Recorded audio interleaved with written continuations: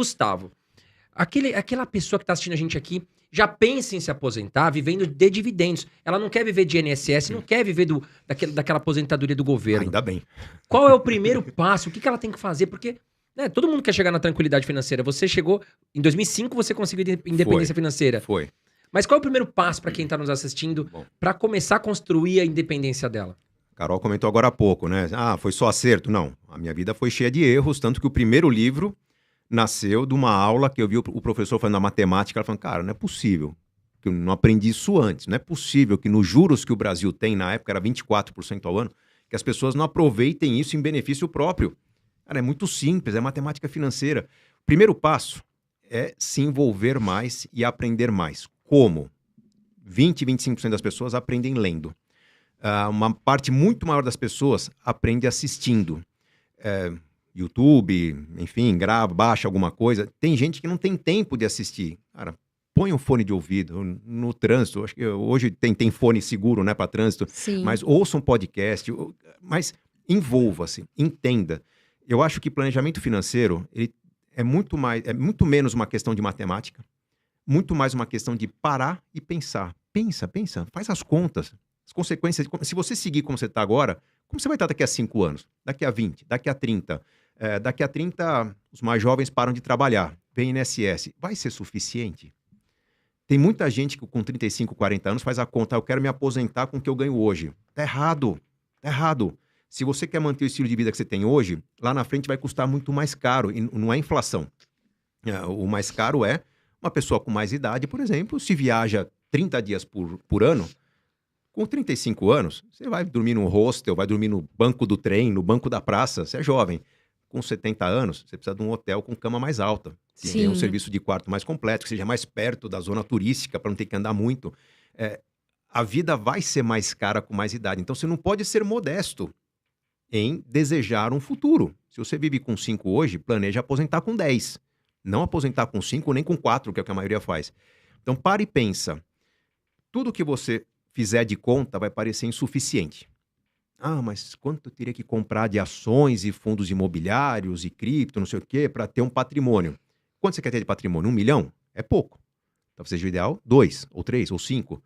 Quanto você teria que poupar? É muito? Vamos supor que eu tenho que poupar nesse momento 105% do que eu ganho. É o que diz a matemática. Eu desisto? Não. Você pode poupar 10? Começa com 10%. Acredite na evolução do seu conhecimento. Acredite no amadurecimento do seu plano. Eu repito incansavelmente nos meus canais que planos não foram feitos para dar certo. Se você tem 10 anos para realizar um projeto e daqui a 10 anos esse projeto acontecer exatamente como você previa, alguma coisa deu muito errado. Você não evoluiu nada em 10 anos, porque você chegou a um resultado com conhecimento que você tinha 10 anos atrás. Todo o conhecimento que você adquiriu, você não conseguiu somar esse plano. Então tem que acreditar na evolução, acreditar na eficiência. Isso aconteceu comigo, isso acontece com meus alunos, isso acontece com talvez aconteça com vocês. Sim. O conhecimento que vocês tinham há 1, 2, 3 anos atrás, acredito eu que era A gente irrisório. evolui muito. Todo dia tem que Irrisório aprender, todo perto do que dia. vocês conhecem hoje. E não é só questão de estudar. Pensem no seguinte, você tem um plano. Eu vou guardar R$300 por mês, eu vou comprar alguma coisa, R$300 por mês, para daqui a 10 anos ter um volume e viver daquilo. Tá, no meio do caminho surge um ativo diferente.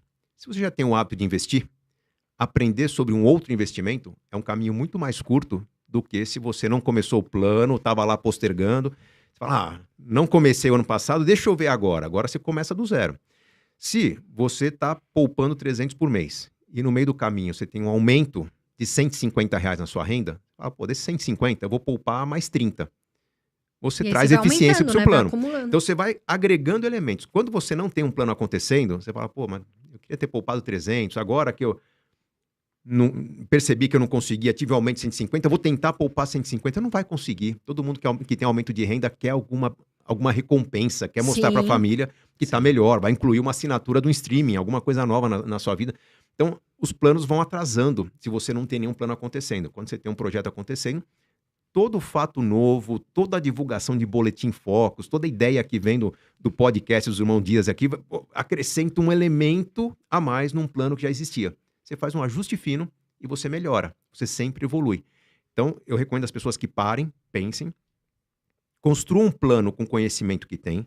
Se esse plano parece impossível, comece. E confie na sua capacidade de se envolver, de aprender, de transformar, de se conectar com pessoas diferentes que vão trazer ideias novas e vão ajudar a melhorar seu plano. Simples assim. Se você acha que vai se aposentar daqui a 30 anos, eu posso bater uma aposta que provavelmente você vai se aposentar daqui a 20 ou menos. Porque o seu conhecimento vai evoluir muito mais rápido do que você imagina. Legal. Sabe algo que eu tava, assim, o Gustavo comentou sobre isso, né? Como é que você se enxerga daqui 15 anos? Porque às vezes a pessoa, ela é jovem, ela ainda foi o que o Gustavo falou, ela ainda tem aquela, né, o ritmo, tudo, e ela não para pra pensar, poxa, como é que vai ser minha velhice? Será que eu vou ter uma velhice boa? E por que eu tô falando isso? Eu tava esses dias, há um tempo atrás, no hospital, e eu tava lá, passou um senhorzinho bem idoso.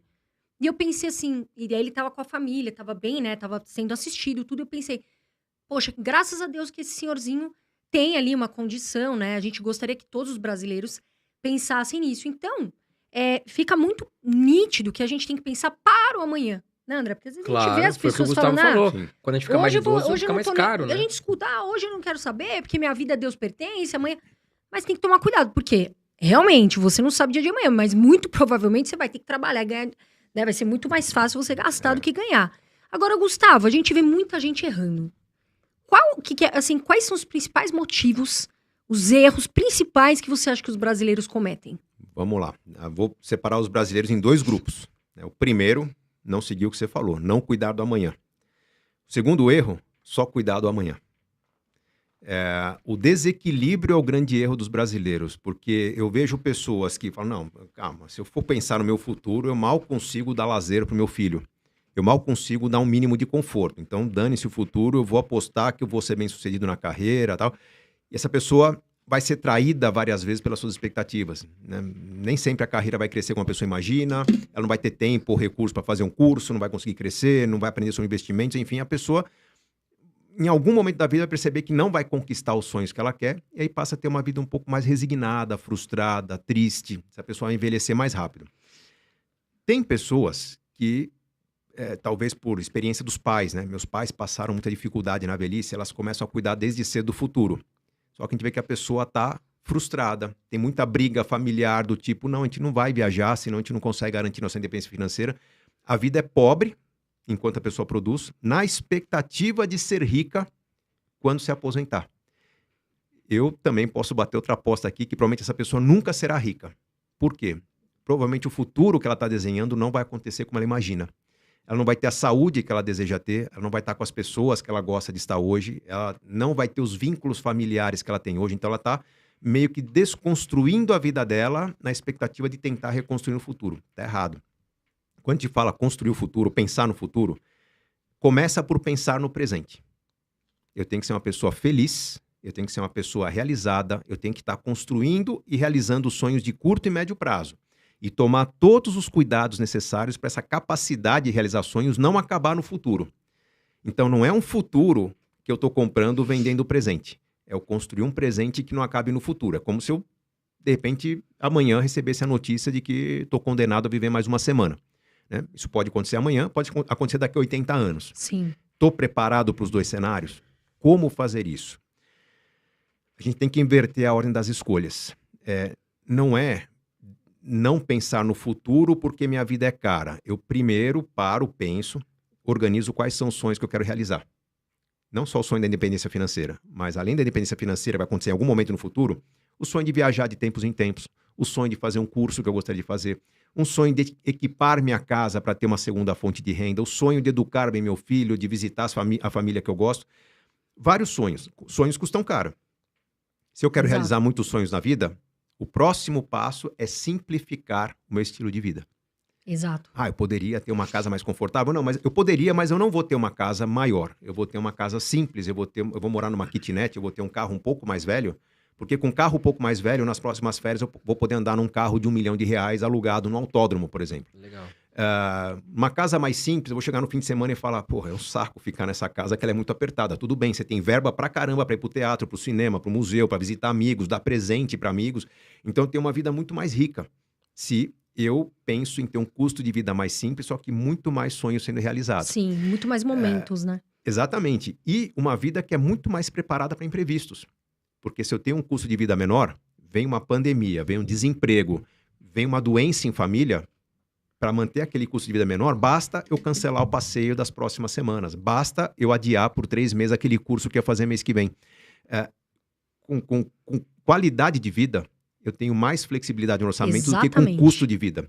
Você começa a ter estresse, começa a ter depressão, você começa... Exatamente. E eu tenho a impressão de que quem tem muito dinheiro começa a se bananar, que é mais, e às vezes ela não se equilibra ali, né? Exatamente. No fator, ganhei, vamos supor, ganho 10 mil, vou guardar 2, vou guardar, né, 1.000. Exato. Enfim, ela começa a querer 10, mas ela gasta 30. Exatamente. Né? Eu achei muito legal o que o Gustavo falou, porque até porque a gente vê, por exemplo, às vezes o cara quer morar numa mansão. Aí ele vai lá, tá ganhando bem e tal, enfim. Aí ele vai pegar uma mansão com aluguel super caro. Sim. Mas ele também tem o desejo de viajar. Poxa, aí ele vai acabar nem usando tanto a casa, porque ao mesmo tempo ele quer viajar. Ele poderia, talvez foi o que o Gustavo falou, morar numa casa menor, com um custo menor, e poder fazer mais viagens com a cabeça mais tranquila, né, Gustavo? A gente não sabe quando vem um problema, tipo, Exato. você falou. E, André, as desculpas que as pessoas dão para ter a mansão, não, mas eu sou influencer, né? Eu recebo pessoas em casa. Vai me trazer mais dinheiro. Eu quero... Cara, mora num flat e aluga no Airbnb por 3 dias, por mês, aquele cenário que você quer para fazer acontecer o seu trabalho. Ou, se você tem um espaço mais compacto, cara, você quer fazer todos os dias uma live, subloca de alguém que tem um espaço grande parado. Vai te custar muito menos. Usa um pouco mais a cabeça. Normalmente esse uso da cabeça acontece quando a pessoa sai do entorno social em que ela vive, aquilo que os amigos e família cobram, como é que tá? Pô, puta casa, olha o carro que você tem, não sei o quê. Mas quando a pessoa vai morar num outro país, que não tem os amigos por perto, essa pessoa vai morar no basement de uma casa, né, no subsolo, vai ter mais flexibilidade, o que precisa aluga e tal. O erro, às vezes até a pessoa consegue pagar aquela casa, aquele carro, aquele jeito de se vestir, só que se acontecer algum desequilíbrio na renda daqui a 6 meses, não mantém nada. Então tem um erro. Né? O ideal é que meu dinheiro esteja trabalhando para viabilizar projetos que, se eu tenho algumas desculpas, né, tenho que ostentar alguma coisa, aluga. Se você perceber que está alugando com muita frequência, é hora de comprar. Mesmo que você compre e fique um pouco ocioso, você vai sublocar para alguém. Mas essa visão financeira de que aquilo é um ativo que não pode gerar muito custo ou pode gerar algum resultado, é fundamental para você ter um equilíbrio financeiro ao longo da sua vida e conseguir realizar mais sonhos. A inspiração para isso está nesse livro aqui, o mais recente que eu escrevi, A Riqueza da Vida Simples. Pode mostrar. Pode para a câmera aqui, ó. Tenho muito orgulho desse livro porque ele é resultado de um laboratório que eu fiz. A Carol falou que me acompanhou na pandemia lá na minha casa de São Roque. Foi uma casa que inicialmente eu pensava em alugar. Quem estava disposto a alugar, eu vi que era uma pessoa que estava com dificuldades financeiras. Fizemos uma negociação para eu ajudar o cara a sair do buraco financeiro que ele estava. Acabei comprando a casa, comprando com a ideia de transformá-la em investimento. Vou usar essa casa por 6 meses, 1 ano, depois eu revendo com um bom lucro. Só que a gente se apegou tanto à casa, a gente começou a usar tanto aquela casa que eu percebi que ali podia ser o meu futuro. Só que para ser meu futuro tinha que ser reformada.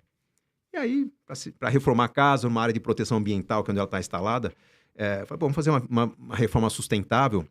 Aí veio uma reflexão sobre os erros que você comentou. Claro, não tem erros, tem erro pra caramba ao longo da vida. Ao fazer o que ninguém estava fazendo, ao começar a reformar uma casa para ela não gerar esgoto, para ela não ter que consumir água pública, para não ter que pagar pela energia, eu experimentei situações que eram novas. Óbvio, quando a gente avança na zona do desconhecido, os imprevistos acontecem. Claro. Nada deu certo no começo. Eu praticamente fiz a reforma 3 vezes. Né? Não deu certo, desfaz, faz de novo. A reforma era para custar X. Custa sempre mais, né? Custou 7x, não é que ela dobrou, triplicou. Ela custou 7 vezes o que a gente imaginava. Mas no final, estava claro que eu tinha uma solução inteligentíssima, que se eu soubesse daquilo que eu sabia no final da obra, antes dela começar, a obra custaria muito pouco e eu teria um resultado muito interessante. Como que eu recuperei esse resultado? Transforma em conhecimento, ensine as pessoas a fazer, ensine as pessoas sobre a oportunidade. E esse livro aqui já pagou todo o prejuízo que eu tive na obra. Na verdade, ensinando as pessoas a usarem recursos de forma inteligente e sustentável, aquilo que foi um custo que eu tive com a minha experiência se transformou em resultado. No livro A Riqueza da Vida Simples, eu falo muito sobre essa ideia de simplificar a sua vida não com o objetivo de economizar e guardar para o futuro, mas para ter uma vida muito rica em experiências, muito rica